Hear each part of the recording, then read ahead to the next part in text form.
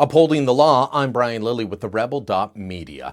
It's been disturbing over the last several weeks to watch the issue of illegal immigration in what are called sanctuary cities play out in Canada and the United States. We started talking about this shortly after the death of Katheleen Steinle. This is the young woman who was out for a walk with her parents, posing for a picture of her father on a sightseeing pier in San Francisco when an illegal immigrant who had been deported 5 times shot and killed her. This is the type of story that has helped propel Donald Trump to the front of the Republican nomination race. Interesting, the latest Washington Post ABC News poll puts Trump at 24% support among Republicans or those leaning Republican. And where's his support coming from? Not from the conservative base of the Republican Party. No, it's coming from moderates and liberals within the party and people outside the party who are saying, you know what? I'm fed up with illegal immigration. I'm fed up with sanctuary cities. Like I said, we've got them here in Canada. Toronto and Hamilton have become sanctuary cities. Vancouver, Edmonton, Winnipeg, Halifax, you can see all of these left-wing councils moving towards that. Even Ottawa, there's an attempt by a taxpayer-funded group to push for the city of Ottawa to become a sanctuary city, a city that says we won't abide by federal immigration rules. What does that lead to? Well, Trump has gotten in trouble with the media for saying that there is a link between crime and illegal immigration. He's been denounced even though story after story shows.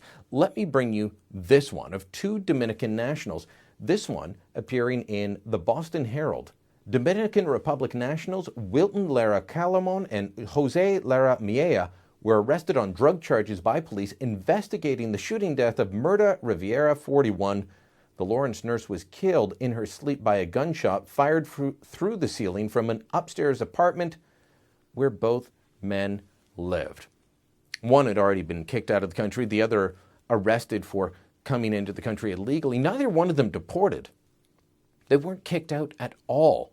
And then a story out of a suburb of Phoenix where a woman and her 2 children, a single mother and her 2 children, were hit by a stoned illegal immigrant who'd been deported 6 times since May 2012. Here's what Tricia Bracco told ABC 15 in Phoenix. I'm super angry, and the fact that, he has, been here 6 times and has left the country and come back and has committed felonies in the process and is able to continue to do so up until this point, it outrages. And then just the other day, PJ Media getting a hold of a Texas government, a state government document showing that more than 600,000 crimes have been committed in the state of Texas. More than 600,000 unique crimes committed in the state of Texas between 2008 and 2014. The Obama administration has decided that they are not going to deport people. They are not going to send people back. Even felons are not being sent back. And now there's a push to say, from some in Congress, Democrats and Republicans fed up with the way things are going, that they will stop funding sanctuary cities. Obama has threatened to veto it. We need to nip this sanctuary city policy, this sanctuary city idea in the bud before it grows in Canada. That's why I'm going to ask you again for your support in letting people know where this leads. It leads to mayhem. It does lead to crime. It does lead to death. It leads to not the rule of law, but the rule of men. That certain politicians are going to decide the law doesn't need to be followed, or certain people, certain groups of people are outside the law. But the law will apply to the rest of us. I don't think I could declare myself a sanctuary from taxes. I don't think I could declare myself a sanctuary from certain elements of the criminal code. But certain cities in this country are deciding that they are going to declare themselves sanctuary cities. In federal law, provincial law, on who gets social services, who's allowed to stay, it's going to be ignored. And the police forces, they're going to turn a blind eye to it. They've told me that directly via email.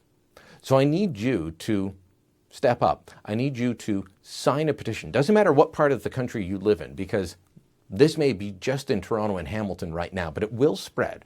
So I need you to step up and sign our petition at upholdthelaw.ca, demanding that this sort of thing be put to an end. We need to fix this. We need to fix it now, and we need to stop it before it spreads, before something bad, truly bad, happens.